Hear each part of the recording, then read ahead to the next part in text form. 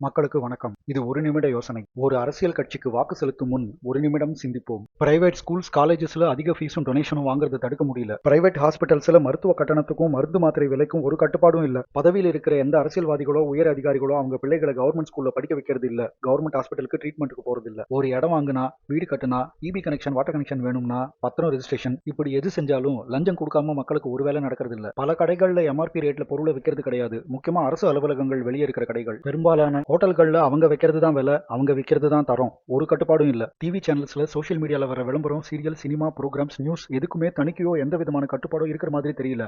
இதுல OTT web சீரிஸை கேட்கவே வேணாம். அதோட புகை, மது, போதை வஸ்துக்கள், தொடர் குற்ற சம்பவங்கள், இயற்கை மற்றும் கனிம வளங்கள் திருட்டு, இப்படி பல பிரச்சனைகள். பல நேரங்கள்ல சட்டத்தை பாதுகாக்க வேண்டிய துறைகளே பொய் வழக்கு, மாவுக்கட்டு, கஸ்டோடியல் டெத்துன்னு அதை மீறும் சம்பவங்கள் நாடு முழுக்க நடந்துகிட்டு தான் இருக்கு. இதெல்லாம் சரி பண்ண சொல்லி ஓட்டு கேட்டு வர்ற அரசியல் கட்சிகள் கிட்ட கேட்காம அவங்க கொடுக்கிற பணத்துக்காகவும் இலவசங்களுக்காகவும் காத்திருக்கிற இந்த ஜனநாயகத்தின் மக்கள் அனைவரும் வாக்கு செலுத்தும் முன் ஒரு நிமிடம் சிந்திப்போம். நன்றிகள்.